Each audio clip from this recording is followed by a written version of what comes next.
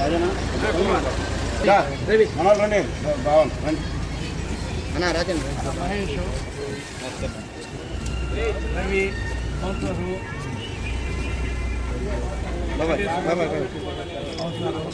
కుమారు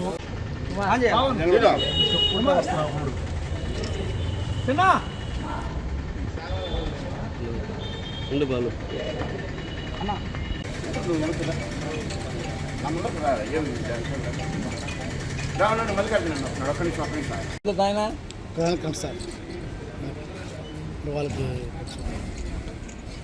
ఈ రాష్ట్రంలో ఏ రిక్రూట్మెంట్ జరిగినా ఏ అపాయింట్మెంట్ జరిగినా అశ్రిత పక్షపాతం అవినీతే.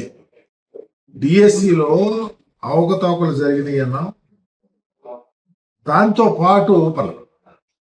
పాటు ఈ దేశ చరిత్రలో ఎవరన్నా ప్రతిపక్షంలో ఉన్నవాళ్ళు ఎలిగేషన్ తీసుకొని వస్తే ప్రభుత్వం మీద దాని మీద స్పందించి వాళ్ళు నిక్కచ్చిగా వాళ్ళు నిజాయితీ నిరూపించుకోవాలి. జగన్మోహన్ రెడ్డి గారు ప్రతిపక్షంలో ఉండి డిఎస్సిలో అవకతవకలు జరిగినాయి అని అడిగితే సిబిఐ ఎంక్వైరీ చేయమంటున్నావు. నీకు నొప్పి ఏంటి? నువ్వు నిజాయితీ పరుడు అయితే వేయొచ్చుగా. మీకు ఎక్కడా చిన్న అవినీతి లేకపోతే వేయొచ్చుగా. ఎందుకు భయపడుతున్నారు? అందుకనే ఈరోజు రాష్ట్ర వ్యాప్తంగా అన్ని నియోజకవర్గాల్లో యువత విద్యార్థులు రోడ్డు మీదకి వచ్చి చంద్రబాబు నాయుడు గారి ప్రభుత్వంలో అవినీతి జరుగుతుంది, ఈరోజు ఎగ్జామినేషన్స్ పూర్తిగా గాలికి వదిలేశారు, విద్యా వ్యవస్థ నాశనం అయిపోయింది, సంబంధిత విద్యామంత్రికి జ్ఞానం లేదు, అతను విద్య మీద డిపార్ట్మెంట్ మీద అవగాహనతో ఉంటే డిఎస్సిలో జరిగిన దాని మీద నిజంగా మంత్రి వెంటనే డెసిషన్ తీసుకొని ఎంక్వైరీ చేయించాలి. ఎందుకు వేయలేకపోతున్నాడు? దాంట్లో కాంట్రాక్ట్ ఉద్యోగితో ఎగ్జామినేషన్ ని స్క్రూటినీ చేయించడం ఏంటి? కాంట్రాక్ట్ ఉద్యోగిని ఏ వ్యక్తి అయితే ఎగ్జామ్ రాస్తున్నాడో అతను కాన్స్టిట్యూషనల్ వర్క్ లో పెట్టడం ఏంటి? అదేనా మీ రాజనీతి?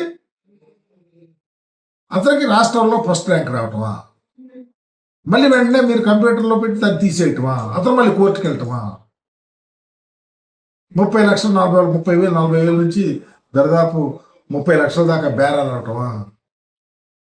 అదే కాకుండా స్పోర్ట్స్ కోటా అంటే ప్రావీణ్యత ఉన్నవాళ్ళు, ఎక్స్పీరియన్స్ ఉన్నవాళ్ళు స్టేట్కి, రాష్ట్రానికి, దేశానికి, కామన్వెల్త్కి, ఏషియా గేమ్స్ నిష్ణాతులైనటువంటి క్రీడాకారులకు వచ్చినటువంటి సర్టిఫికెట్ని మీరు ప్యాకెట్ ఆడేవాళ్ళకి ఉద్యోగాలు ఇటువంటి బ్రిడ్జి ప్యాకెట్ కదా. దానికి హెడ్డింగ్ చేస్తుంది ఎవరు? స్వయాన విద్యా మంత్రి తోడల్లుడైనటువంటి భరత్ దానికి చైర్మన్ అయితే ఆయన సర్టిఫికెట్ ఇచ్చేస్తే ఉద్యోగం వస్తాయి. అందుకే అవినీతి జరుగుతుంది అంటున్నాం. అందుకే రాష్ట్ర వ్యాప్తంగా విద్యార్థులు, ఉద్యోగులు, నిరుద్యోగులు రోడ్డు మీదకి వచ్చారు. దీంతో ఆగదు, మీ అవినీతి బయటపడింది. ఎందుకంటే రాజకీయాల్లో మీలాంటి మాట మీద నిలబడినటువంటి రాజకీయ వ్యవస్థను ఎప్పుడు చూడాల. చంద్రబాబు నాయుడుకి అది చెల్లింది.